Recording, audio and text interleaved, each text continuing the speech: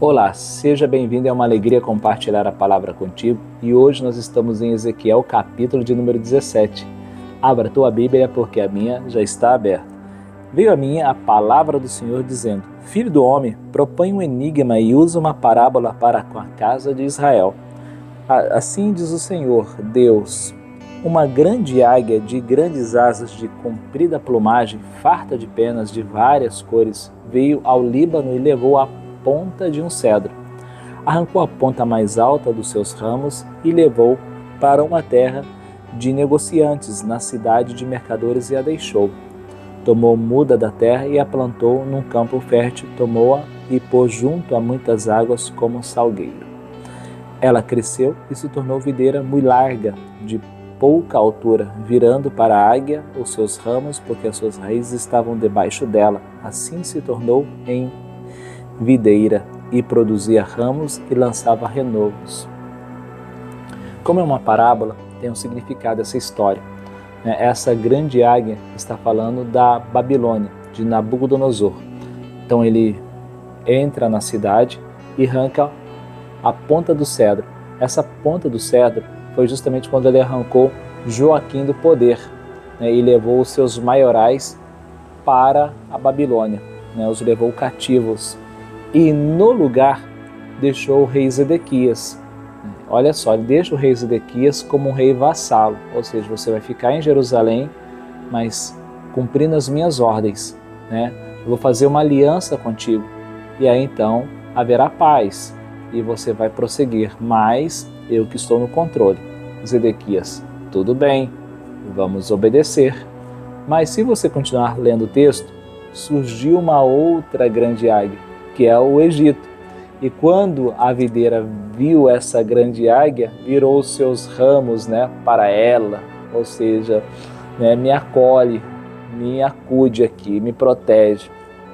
Mas o Senhor está falando que a águia virá e vai destruir aquela videira e ela vai murchar.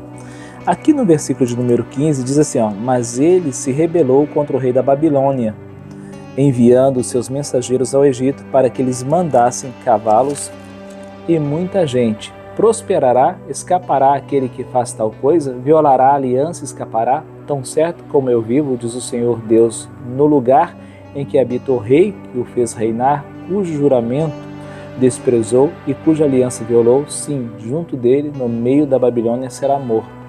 Ou seja, o Nabucodonosor e Babilônia eram um instrumento de Deus. Deus que levanta, Deus que abate, Deus que humilha, Deus que exalta, tudo está no teu controle.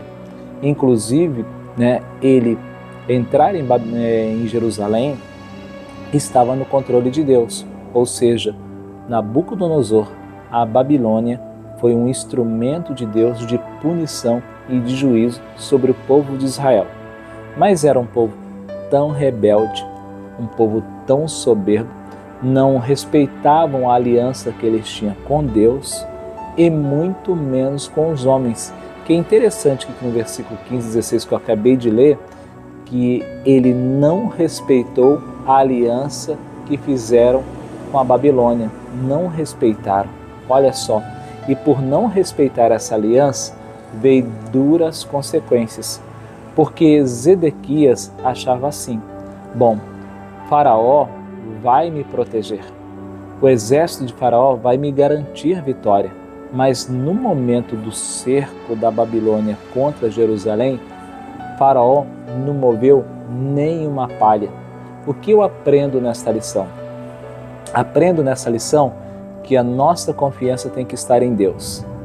Eles não confiaram em Deus e preferiram confiar na terra do Egito, onde um dia foram escravos. Olha que ironia, eles foram escravos, tinha a história, tinha o contexto.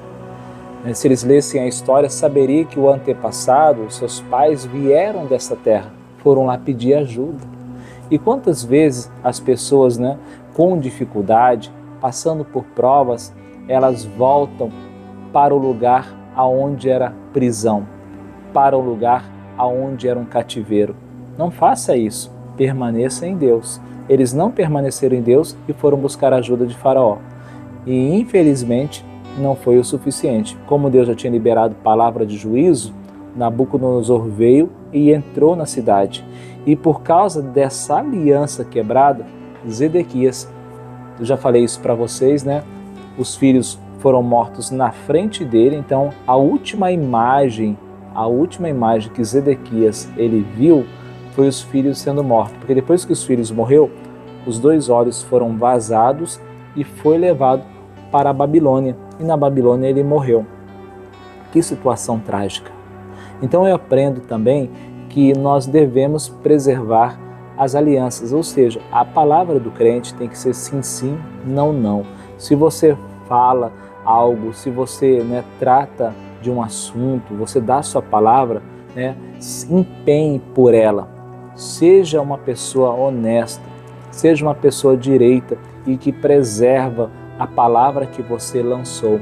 Antigamente era assim, eu amarrei o fio do bigode e eu dei a minha palavra. Hoje em dia você dá a palavra, você assina um contrato, você leva em cartório, você chama um advogado e mesmo assim não está funcionando. Mas o crente tem que ser diferente. A palavra do crente tem que ser sim, sim, não, não. E se você deu uma palavra, vele para cumprir essa palavra. E lembre-se que Deus é Deus e Ele sempre está no controle. Quem perde o controle somos nós. Em toda essa situação, Deus não tinha perdido o controle. Ele continuava no controle. Interessante que no versículo 24 diz assim: saberão todas as árvores do campo que eu, o Senhor, abati a árvore alta. Quando fala alta, abati a soberba. Elevei a baixa, sequei a árvore verde e fiz reverdecer a seca. Eu sou o Senhor e disse e o fiz. E ainda tem uma promessa, que essa árvore que foi abatida, que essa árvore que foi destruída, um dia tornará a ter vida. Ao cheiro das águas brotará. Ou seja, Israel que foi queimada, Israel que foi destruída, a Jerusalém, o templo, os muros, um dia voltará a ter vida, porque Deus é Deus e continua sendo Deus. Ele sempre está no controle da história. Amém? Então guarde essas palavras no teu coração. Que Deus te abençoe.